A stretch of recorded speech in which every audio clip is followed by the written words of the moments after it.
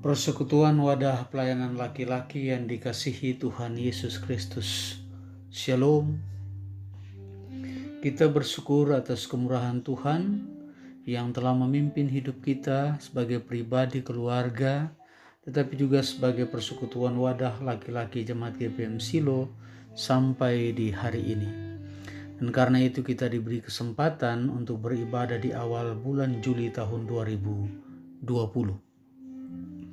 Dalam ibadah ini kita hendak merenungkan firman Tuhan dari kitab Kejadian 45 ayat 16 sampai 20 dalam sorotan tema persekutuan yang saling menghidupkan. Memperhatikan tema ini, maka tema ini hendak menjelaskan bagi kita bahwa persekutuan adalah suatu realitas kehidupan sosial yang penting dalam kehidupan manusia, baik sebagai keluarga, jemaat maupun masyarakat. Tetapi serentak dengan itu, persekutuan itu mesti memberi manfaat bagi kehidupan bersama yang saling menghidupkan di antara anggota persekutuan itu sendiri. Kalau kemudian persekutuan itu tidak memberi manfaat bagi kehidupan bersama, maka persekutuan itu akan kehilangan maknanya dan terasa hambar serta tak ada gunanya. Persekutuan wadah pelayanan laki-laki yang dikasihi Tuhan.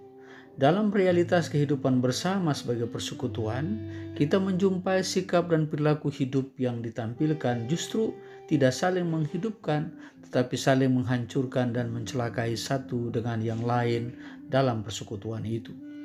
Misalnya, dalam persekutuan keluarga, ada seorang adik yang menghancurkan kehidupan kakaknya atau sebaliknya. Demikian pula ada orang tua yang menghancurkan kehidupan anaknya sendiri dengan berbagai alasan, termasuk pelecehan seksual. Demikian pula ada seorang atasan merampas hak bawahannya atau seorang pekerja yang menghancurkan usaha majikannya demi kepentingan dirinya sendiri dan seterusnya. Ini realitas yang sungguh menyedihkan dalam kehidupan sebagai suatu persekutuan yang saling menghidupkan. Karena itu dalam sebuah persekutuan mesti ada nilai-nilai kehidupan yang harus menjadi kekuatan sebagai perekat persekutuan itu sendiri. Nilai-nilai hidup yang penting itu adalah sikap mengasihi yang menjadi dasar bagi setiap orang memberi kehidupan bagi orang lain. Demikian pula kesediaan untuk memaknai setiap peristiwa yang dialami dalam kehidupan itu sebagai bagian dari rencana penyelamatan Tuhan. Sehingga orang tidak terjebak untuk selalu menyalahkan orang lain atas peristiwa pahit yang dialaminya. Hal itu dapat kita pelajari dari kisah tentang Yusuf bersama saudara-saudaranya yang dapat kita baca dari kitab Kejadian pasal 37 sampai pasal 50. Di mana dalam keseluruhan cerita itu dikisahkan tentang persekutuan hidup keluarga Yakub yang penuh dengan dinamika. Berawal dari sikap Yakub yang mengasihi anaknya Yusuf melebihi saudara-saudaranya yang lain telah berdampak terhadap kebencian saudara-saudara Yusuf terhadap Yusuf, dan karena kebencian itu mereka menjual Yusuf ke Mesir. Nilai kasih persaudaraan yang saling menghidupkan menjadi hilang dari keluarga itu. Tetapi kemudian kasih Allah yang hebat itu justru merubah kebencian itu menjadi kasih yang mengampuni dan menghidupkan. Inilah yang dimaknai Yusuf sebagai karya Allah dalam hidupnya, sehingga dengan tegas ia berkata, "Jadi bukanlah kamu yang menyuruh aku ke sini, tetapi Allah." Demikian yang disampaikan dalam Kejadian 45 ayat 8.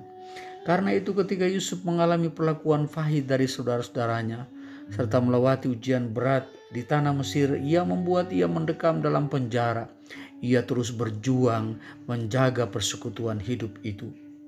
Demikian pula ketika ia ditempatkan sebagai pejabat penting di tanah Mesir, ia tetap ingat keluarganya, jabatannya, kedudukan dan kekuasaan yang disandangnya, tidak membuat ia menggunakannya untuk menghancurkan hidup saudara-saudaranya, tetapi sebaliknya ia gunakan sebagai kekuatan untuk memberi kehidupan bagi keluarganya. Tidak ada kebencian, tidak ada dendam, tetapi kasih yang menghidupkan yang dilakonkan Yusuf pada momentum perjumpaan dengan saudara-saudaranya. Ia memeluk bukan mencekik, ia mencium bukan meludahi. Ia merangkul bukan menjatuhkan, ia menangis karena rindu hidup dalam persekutuan dengan saudara-saudaranya.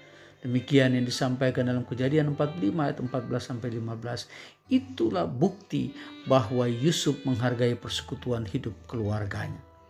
Persekutuan ada pelayan laki-laki yang dikasihi Tuhan.